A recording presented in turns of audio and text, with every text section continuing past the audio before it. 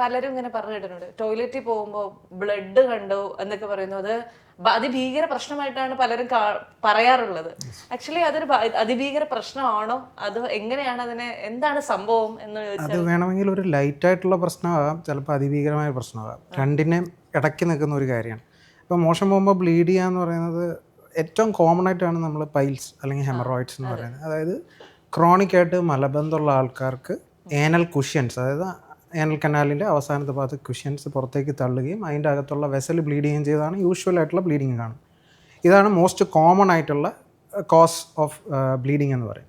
വളരെ ചുരുക്കം ചില ആൾക്കാർക്ക് ഫിഷർ എന്ന് പറയുന്നത്, അതായത് മലദ്വാരത്തിൽ മുറിവുകൾ വന്നിട്ട് ചിലപ്പോൾ ഒരു ലൈൻ പോലെ മോഷനിലൂടെ രക്തം വരുന്ന ഒരു പ്രവണതയും കാണാറുണ്ട്. ഇത് രണ്ടും ബിനൈൻ, അതായത് ക്യാൻസറസ് അല്ലാത്ത കണ്ടീഷൻസാണ്. പക്ഷേ ഇതിനോടനുബന്ധിച്ച് വളരെ ചുരുക്കം ചില ആൾക്കാർക്ക് വിശപ്പില്ലായ്മ, വെയിറ്റ് ലോസ്, അതിൻ്റെ കൂട്ടത്തിൽ ബ്ലീഡിങ്ങും കൂടെ വരുമ്പോൾ സാധാരണ നമ്മൾ മെഡിക്കൽ ഗ്യാസ്ട്രോയുടെ സഹായം തേടും. അവരോട് കൊളോണോസ്കോപ്പി ചെയ്യാൻ പറയും. കൊളോണോസ്കോപ്പി എന്ന് പറയുന്നത് നമ്മൾ മലദ്വാരത്തിൽ കൂടെ ഒരു ക്യാമറ ഇട്ടിട്ട് ചെയ്യുന്ന ഒരു പരിശോധനയാണ്. അതിൽ ചിലപ്പോൾ കട്ടികളോ ക്യാൻസറസ് ആകാം, അല്ലെങ്കിൽ നോൺ ക്യാൻസറസ് ആകാം. ഇങ്ങനത്തെ കട്ടികൾ കണ്ടുപിടിക്കപ്പെടുന്നത് ഈ കൊളോണോസ്കോപ്പി മൂലമാണ്. അപ്പോൾ ബ്ലീഡിംഗ് എന്ന് പറഞ്ഞു കഴിഞ്ഞാൽ അത് ഉടനെ നമുക്ക് ക്യാൻസർ എന്ന് പറയാൻ പറ്റില്ല. പക്ഷേ അത് നീഡ്സ് ഇവാലുവേഷൻ. അത് ഇവാലുവേഷൻ കംപ്ലീറ്റ് ചെയ്താൽ നമുക്ക് പറയാൻ പറ്റില്ല ഇത് എന്താണ് കാരണം.